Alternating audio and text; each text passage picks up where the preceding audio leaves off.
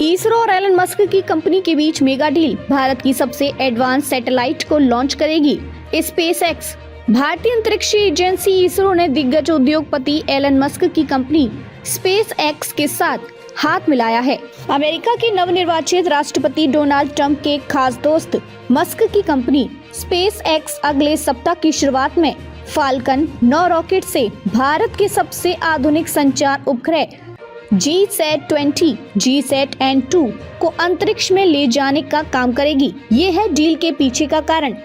भारतीय अंतरिक्ष अनुसंधान संगठन और स्पेस एक्स के बीच कई डील हुई हैं। GSAT-N2 को अमेरिका के कैप कैनावेरल से लॉन्च किया जाएगा। ये 4700 किलोग्राम का उपग्रह भारतीय रॉकेटों के लिए बहुत भारी था, इसलिए इसे विदेशी वाणिज्यिक प्रक्षेपण के लिए भेजा गया। भारत का अपना रॉकेट द बाहुबली या लॉन्च व्हीकल मार्क 3 अधिकतम 4000 से 4100 किलोग्राम तक के वजन को अंतरिक्ष कक्षा में ले जा सकता था।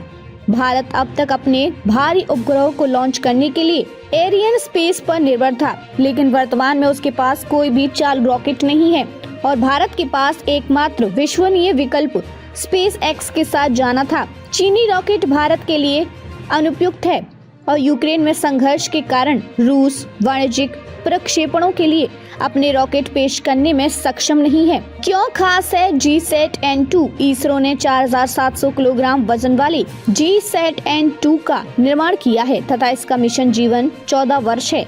ये विशुद्ध रूप से व्यावसायिक प्रक्षेपण है जिसका संचालन NSIL द्वारा किया जा रहा है। उपग्रह 32 उपयोगकर्ता बीम से सुसज्जित है, जिसमें पूर्वोत्तर क्षेत्र पर 8 संकीर्ण स्पॉट बीम तथा शेष भारत में 24 विस्तृत स्पॉट बीम शामिल है। इन 32 बीम को भारत की मुख्य भूमि में स्थित हब स्टेशनों द्वारा समर्थित किया जाएगा। ये इन फ्लाइट इंटरनेट कनेक्टिविटी को सक्षम करने में भी मदद करेगा।